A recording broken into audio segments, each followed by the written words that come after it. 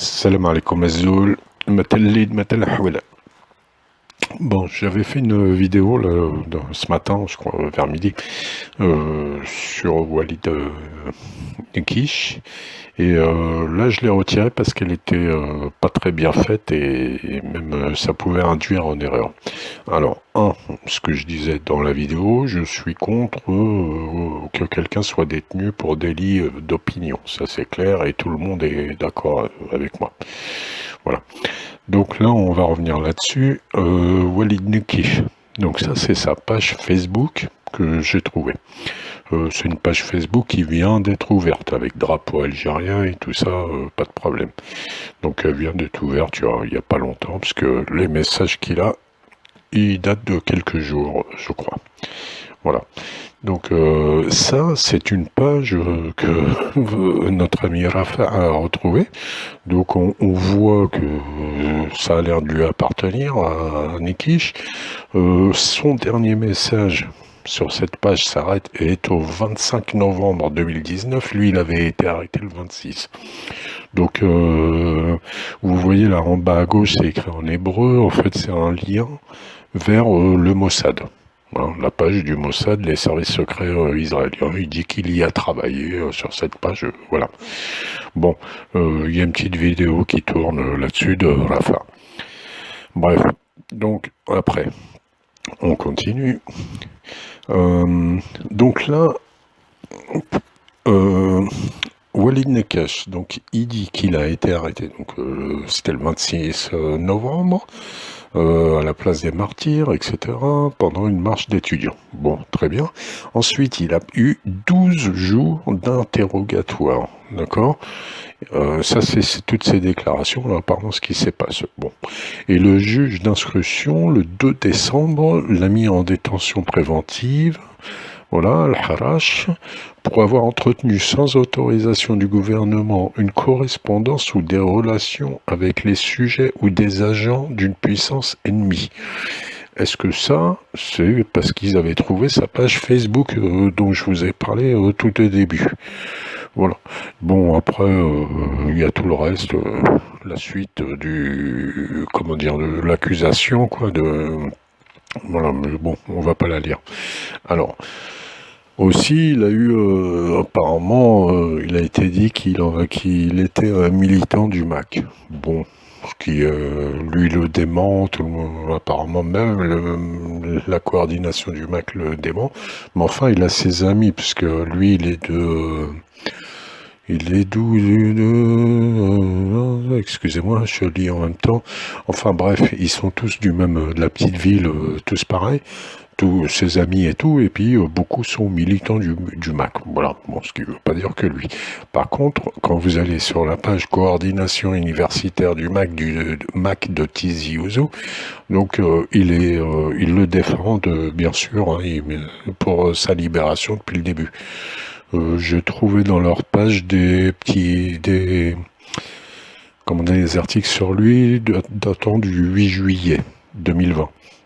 Voilà, donc là c'est coordination du MAC, vous voyez, ils appellent Walid Kenish, Kamel Ben Saad, la libération de ces derniers, tout ça. Bon, voilà. Donc là c'est une chose, coordination du MAC toujours, il parle encore de lui, celle-là, oui c'est celle-là qui correspond au 8 juillet 2020. Donc il parle de Kenish et de plusieurs militants du MAC qui ont été arrêtés suite à apparemment ces déclarations qu'il a fait au commissariat. Eux, ils disent que c'est une affaire montée, etc. Ça, je sais pas, mais bon, c'est ce qu'ils disent. L'important, c'est de voir qu'il est défendu quand même par ces militants-là. Bon, bah, eux, ils peuvent le défendre en tant que Kabyle dans leur esprit. Hein. Ça veut pas dire qu'il est du MAC, mais enfin, voilà. Alors, là, dans un petit article, on voit qui dit « J'ai d'abord été conduit au commissariat de la Casbah, ça c'était le 26 novembre 2019, puis à celui de Bab el Oued, où on m'a accablé de procès-verbaux d'audition, et j'ai été transféré à la caserne de Ben Aknoun, où j'ai passé 6 jours, où j'ai vécu l'enfer. » Bon, voilà, et Dans un autre article, je vois que, ouais, voilà, c'était ça, hein, 6 jours, l'autre dit 12 jours, mais enfin bon, c'est un peu là, et c'est là qu'il aurait subi donc ces tortures et agressions sexuelles, atteinte à l'intégrité physique. Bon, on voit que ces avocats soutiennent, donc Nassera Haddouche, qui est une de ses avocates, elle soutient qu'elle a fait une demande de désignation d'un médecin afin d'effectuer une expertise médicale, physique et psychologique. En date, c'était le 20 en juin 2020, voilà. Et une plainte qui est restée sans suite, selon donc les avocats. Et aussi une autre qui a été déposée en même temps, et encore une fois, cette demande a été rejetée par le juge d'instruction. Donc ça, c'est juin 2020. Lui, l'agression, elle se passe apparemment en décembre 2019. Et de là à juin 2020, il n'y a rien, hein, apparemment. Mais les avocats sont pas... bon, on va continuer avec eux rapidement.